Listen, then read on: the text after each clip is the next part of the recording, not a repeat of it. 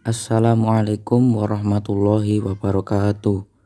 Perkenalkan, nama saya Marlon Francisco Yobel Santoso dari kelas 10 MIPA 3. Kali ini saya akan menjelaskan suatu materi dalam ilmu kimia, yaitu apa itu kimia dan bagaimana perkembangan ilmu kimia dari zaman ke zaman. Jadi, jangan kemana-mana dan tonton video ini sampai selesai. Get it when I get back.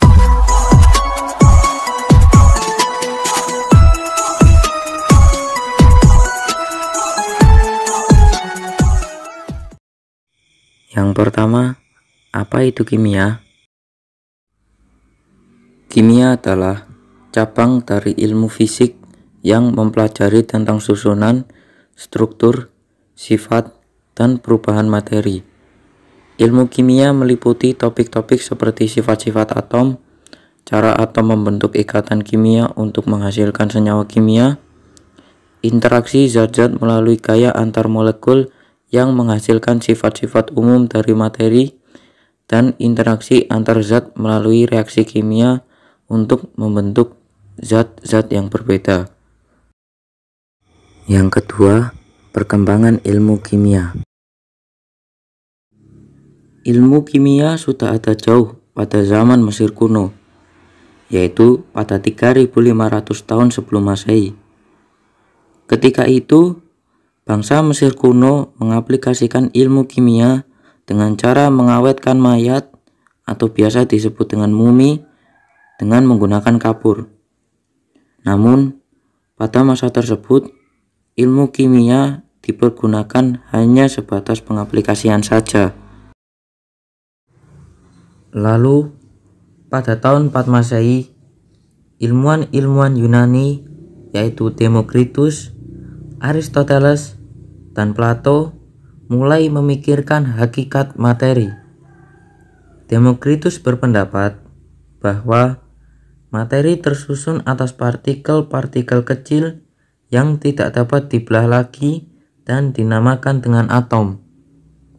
Sedangkan Aristoteles berpendapat bahwa materi terdiri atas 4 jenis unsur, yaitu unsur tanah, unsur air, unsur udara, dan unsur api. Pada dasarnya, pendapat yang dikemukakan oleh Demokritus dan Aristoteles tersebut tidak didasari oleh suatu penelitian atau biasa yang disebut eksperimen. Akan tetapi, baru sebatas pemikiran yang berdasarkan logika atau dugaan semata. Barulah pada 1000 tahun kemudian, di sekitaran abad pertengahan Masehi, kajian tentang materi mulai menemui titik terang. Pasalnya, seorang ilmuwan Arab yang bernama Jabir ibnu Hayyan pada tahun 700 sampai 788 Masehi berhasil menemukan alkimia yang mempunyai arti perubahan materi. Alkimia inilah yang menjadi cikal bakal lahirnya kata kimia dan ilmu kimia. Oleh karena itu, Jabir ibnu Hayyan dianggap sebagai bapak kimia klasik. Alkimia inilah yang kemudian menjadi pusat perhatian ilmuwan-ilmuwan Eropa dan menghasilkan penemuan baru di bidang kimia.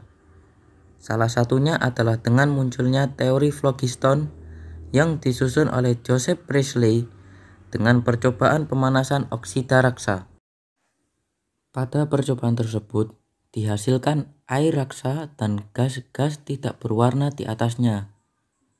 Setelah ditimbang, massa raksa lebih kecil daripada massa oksida raksa sebelum pemanasan.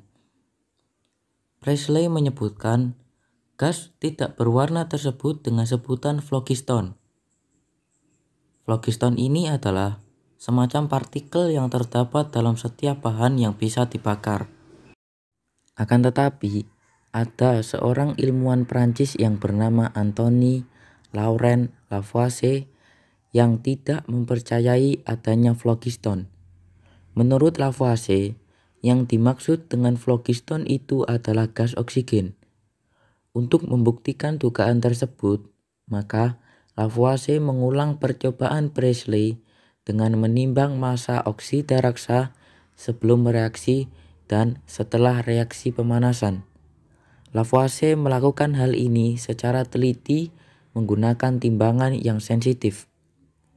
Seperti halnya Priestley, Lavoisier juga menemukan adanya pengurangan massa oksida raksa setelah pemanasan. Menurut Lavoisier, ketika dipanaskan, oksida raksa menghasilkan gas oksigen sehingga masanya akan berkurang. Lavoisier juga membuktikan kebalikannya, yaitu jika sebuah logam dipanaskan di udara, masanya akan bertambah sesuai dengan jumlah oksigen yang diambil dari udara. Kesimpulan Lavoisier ini dikenal dengan nama hukum kekekalan massa, yang berbunyi massa zat sebelum dan sesudah reaksi adalah sama. Lavoisier menuliskan gagasan-gagasan dan pendapat-pendapatnya dalam sebuah buku yang berjudul Traité élémentaire de chimie atau Pokok-pokok dasar ilmu kimia. Dan buku tersebut dipublikasikan pada tahun 1789. Atas jasanya tersebut, Lavoisier dianggap telah memberikan sumbangan terbesar terhadap pengembangan ilmu kimia modern, sehingga Lavoisier dijuluki Bapak Kimia Modern. Sejak Lavoisier menemukan hukum kekekalan massa, maka gugurlah teori phlogiston yang telah dipercaya oleh para ilmuwan selama ratusan tahun. Dan pada perkembangannya, ilmu kimia mengalami perkembangan yang sangat pesat. Dan akhirnya menjelma menjadi sebuah ilmu pengetahuan alam atau natural science yang secara khusus berisi kajian tentang perubahan materi dan energi yang terlibat dalam perubahan materi yang kini dikenal dengan ilmu kimia. Begitulah pengertian kimia dan perkembangan ilmu kimia dari zaman ke zaman. Semoga semua paham apa yang saya jelaskan tadi. Jika ada saran, kritik, maupun hal yang ingin ditanyakan, silahkan tinggalkan di kolom komentar di bawah. Terima kasih, saya pamit. Assalamualaikum warahmatullahi wabarakatuh.